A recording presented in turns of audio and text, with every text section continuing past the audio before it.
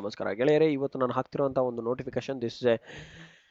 This is notification related to Rajiv Gandhi ಆರೋಗ್ಯ ವಿಜ್ಞಾನಿಗಳ ವಿದ್ಯಾಲಯ ಬೆಂಗಳೂರಿನಲ್ಲಿ ಇರುವಂತಹ ಮಿಕ್ಕುಳಿದ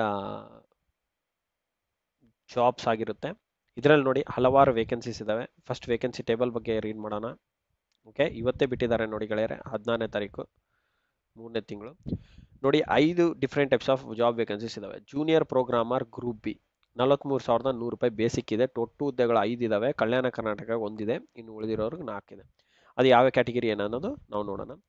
ಸಹಾಯಕ ಇಂಜಿನಿಯರ್ ಸಿವಿಲ್ ಗ್ರೂಪ್ ಬಿ ಹುದ್ದೆ 43,100 ನೋಡಿ, ಒಟ್ಟು ಹುದ್ದೆ ಒಂದಿದೆ, ಉಳಿಕೆ ವೃಂದದಲ್ಲಿ ಒಂದಿದೆ. ಸಹಾಯಕ ಗ್ರಂಥಪಾಲಕ ಗ್ರೂಪ್ ಸಿ, ಇದರಲ್ಲೂ ಸಹ ಒಂದೇ ಇದೆ ವೇಕೆನ್ಸಿ.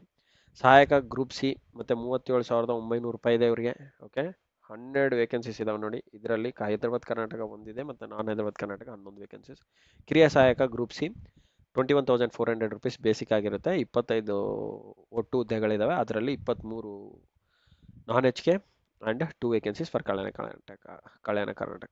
ಈಗ ವೇಕೆನ್ಸೀಸ್ ನೋಡಿದ್ವಿ. ಶೈಕ್ಷಣಿಕ ವಿದ್ಯಾರ್ಹತೆ ಏನಿರಬೇಕು? ಜೂನಿಯರ್ ಪ್ರೋಗ್ರಾಮರ್ ನೋಡಿ, must possess a bachelor degree of engineering in electronics ಆಗಿರಬೇಕು, ಅಥವಾ computer science or MCA computer electronics or computer science. ಈ ಮೂರಲ್ಲಿ ಯಾವ್ದು ಮಾಡಿದ್ರು ಸಹ ನೀವು ಎಲಿಜಿಬಲ್ ಆಗಿರ್ತೀರಾ. ಸಹಾಯಕ ಇಂಜಿನಿಯರ್ ಸಿವಿಲ್ ಅವ್ರಿಗೆ ನೋಡಿ, must possess bachelor degree of engineering in civil by university established by ಲಾ, ಏನು ಸಿವಿಲ್ ಆಗಿರಬೇಕು.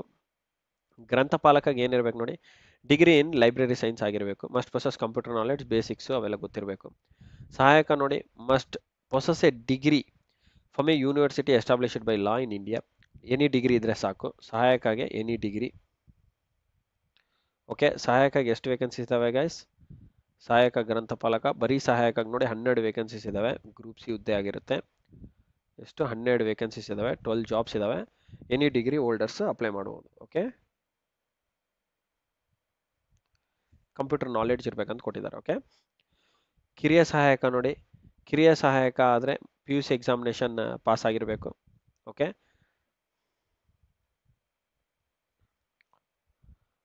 ಅಂಡ್ ಪಿಂಚನ್ ಸೌಲಭ್ಯ ನೋಡಿ, ಸರ್ಕಾರದ ಆದೇಶ ಸಂಖ್ಯೆ FD FPL okay SPL 4 PT 2005 ದಿನಾಂಕ 31/3/2006 ನಡೆಸಲಾಗಿದೆ. ಓಕೆ, ಬೇಸ್ಡ್ ಆನ್ 2006 ಏನು ಇನ್ಸ್ಟ್ರಕ್ಷನ್ಸ್ ಇದೆ ಅದ್ರ ಬೇಸಿಸ್ ಮೇಲೆ ನಿಮ್ಗೆ ಪೆನ್ಷನ್ ಕೊಡ್ತಾರೆ. NPS ಸ್ಕೀಮ್ ಇರುತ್ತೆ.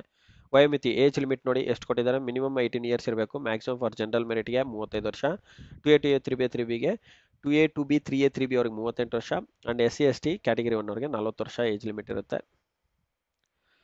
ಪ್ರಾರಂಭದ ದಿನಾಂಕ 26ನೇ ತಾರೀಕು ಮಾರ್ಚಿಂದ ಸ್ಟಾರ್ಟ್ ಆಗುತ್ತೆ ಅರ್ಜಿ ಸಲ್ಲಿಸೋದು. 25ನೇ ತಾರೀಕು 4ನೇ ತಿಂಗಳು ಅಂದರೆ ಏಪ್ರಿಲಿಂದ ನಿಮಗೆ ಅರ್ಜಿ ಸಲ್ಲಿಸುವ ಕೊನೆಯ ದಿನಾಂಕವಾಗಿರುತ್ತೆ. ಓಕೆ, ಫೀಸ್ ನೋಡಿ guys, 2A 2B 3A 3B ಅವ್ರಿಗೆ 750 ರೂಪಾಯಿ ಇದೆ, ಆ್ಯಂಡ್ SC ST ಕ್ಯಾಟಗರಿ 1 ಅವ್ರಿಗೆ 500 ರೂಪಾಯಿ ಇದೆ. Okay, offline OMR type based exam ಇರುತ್ತೆ. ನೋಡಿ ಎಕ್ಸಾಮ್ ಪ್ಯಾಟರ್ನ್ ಹೇಗೆ ಕೊಟ್ಟಿದ್ದಾರೆ. ಜೂನಿಯರ್ ಪ್ರೋಗ್ರಾಮರ್ ಸಹಾಯಕ ಇಂಜಿನಿಯರ್ಗೆ ಜನರಲ್ ಪೇಪರ್ ಫಸ್ಟ್ ಇರುತ್ತೆ, ಅದು 100 ಮಾರ್ಕ್ ಇರುತ್ತೆ, 2 ಗಂಟೆ ಎಕ್ಸಾಮ್. ಆದಮೇಲೆ ಪತ್ರಿಕೆ 2 ನಿರ್ದಿಷ್ಟ ಪತ್ರಿಕೆ ಅಂತ ಕೊಟ್ಟಾರೆ, ಸ್ಪೆಸಿಫಿಕ್ ಪೇಪರು. ಓಕೆ, ಯಾರು ಜೂನಿಯರ್ ಪ್ರೋಗ್ರಾಮರ್ ಅವ್ರ ಬೇಸಿಸ್ ಎಲೆಕ್ಟ್ರಾನಿಕ್ಸ್ ಇರ್ಬೋದು, ಕಂಪ್ಯೂಟರ್ ಸೈನ್ಸ್ ಇರ್ಬೋದು, ಅಥವಾ MCA ಬೇಸ್ಡ್ ಕ್ವಶನ್ಸ್ ಇರ್ತವೆ, 100 ಕ್ವಶನ್ಸು, 2 ಗಂಟೆ. ಸಹಾಯಕ ಅಥವಾ ಸಹಾಯಕ ಗ್ರಂಥಪಾಲಕ ನೋಡಿ, ನಿಮಗೂ ಸಹ ಪ್ಯಾಟರ್ನ್ ಹೇಗಿದೆ, 2 ಪೇಪರ್ ಇರುತ್ತೆ, paper 1 paper 2. Paper 1 general knowledge same questions type, ಪತ್ರಿಕೆ 2 ಕನ್ನಡ KEB ಅಂತ ಕೊಟ್ಟಿರ್ತಾರೆ, Kannada English and KEC computers. Okay, computer ಜ್ಞಾನ. ಆದಮೇಲೆ ಕಿರಿಯ ಸಹಾಯಕಕ್ಕೆ ಸಹ 2 ಪೇಪರು ಸೇಮ್ ಪ್ಯಾಟರ್ನ್ ಇರುತ್ತೆ, ಬಟ್ ಡಿಫಿಕಲ್ಟಿ ಲೆವೆಲ್ ಬೇರೆ ಬೇರೆ ಇರುತ್ತೆ ಅಷ್ಟೇ.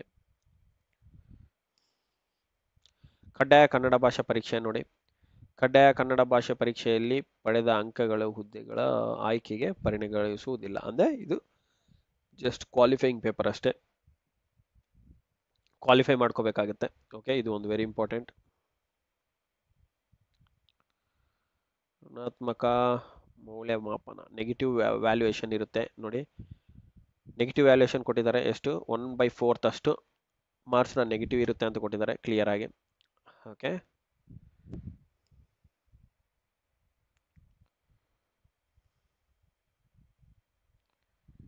ಇದೆಲ್ಲ ರಿಸರ್ವೇಷನ್ಸ್ ರಿಲೇಟೆಡ್ ಇರುತ್ತೆ ಗೈಸ್. ಡೀಟೇಲ್ ಟೇಬಲ್ ಆ್ಯಕ್ಚುಲಿ ಕೊಟ್ಟಿಲ್ಲ ಜಾಬ್ಸಲ್ಲಿ, ಆ ಪರ್ಟಿಕ್ಯುಲರ್ ವೇಕೆನ್ಸೀಸು ಯಾವ ಕ್ಯಾಟಗಿರಿದವ್ರಿಗಿದೆ ಅಂದರೆ ಯಾವ ಕ್ಯಾಟಗಿರಿದವ್ರಿಗೆ ಅಪ್ಲಿಕೇಬಲ್ ಆಗುತ್ತೆ ಏನನ್ನೋದು ಕೊಟ್ಟಿಲ್ಲ, ಜಸ್ಟ್ ಇಷ್ಟೇ ಕೊಟ್ಟಿದ್ದಾರೆ ಮಾಹಿತಿ. ಸೊ ಈ ವಿಡಿಯೋನ ನಾನು ಮಾಹಿತಿಯಾಗಿ ಕೊಟ್ಟಿದ್ದೀನಿ, ನಿಮಗೆ ಇನ್ಫಾರ್ಮೇಟಿವ್ ಆಗಿ ಕಂಡಿದೆ ಅಂತಂದರೆ ದಯಮಾಡಿ ಲೈಕ್ ಮಾಡಿ, ಓಕೆ, ಆ್ಯಂಡ್ ಶೇರ್ ಮಾಡಿ, ಸೊ ದಟ್ ಸಮ್ವನ್ ಯಾರ್ಯಾರು ಕಂಪ್ಲೀಟ್ ಮಾಡಿರ್ತಾರೆ ಫ್ರೆಷರ್ಸು ಅವ್ರಿಗೆ ಒಳ್ಳೆಯ ಅವಕಾಶವಾಗಲಿ, ಓಕೆ. ಆ್ಯಂಡ್ ಸಬ್ಸ್ಕ್ರೈಬ್ ಮಾಡ್ಕೊಳೋದು ಮಾತ್ರ ಮರಿಬೇಡಿ, ಹೊಸ ಗೆಳೆಯರಿಗೆ ಹೇಳ್ತಾ ಇದ್ದೀನಿ. ಆ್ಯಂಡ್ ಏನಾದರೂ ಇನ್ನೂ ಮಾಹಿತಿ ಬೇಕಿದ್ದರೆ ಕಮೆಂಟ್ ಮಾಡಿ, ಸೊ ದಟ್ ನಾನು ಆ ಕಮೆಂಟ್ ಬಾಕ್ಸಲ್ಲಿ ನೋಡಿಕೊಂಡು ನಾನು ನಿಮಗೆ ರಿಪ್ಲೈ ಕೊಡ್ತೀನಿ guys. Okay, thank you guys and wish you all the best.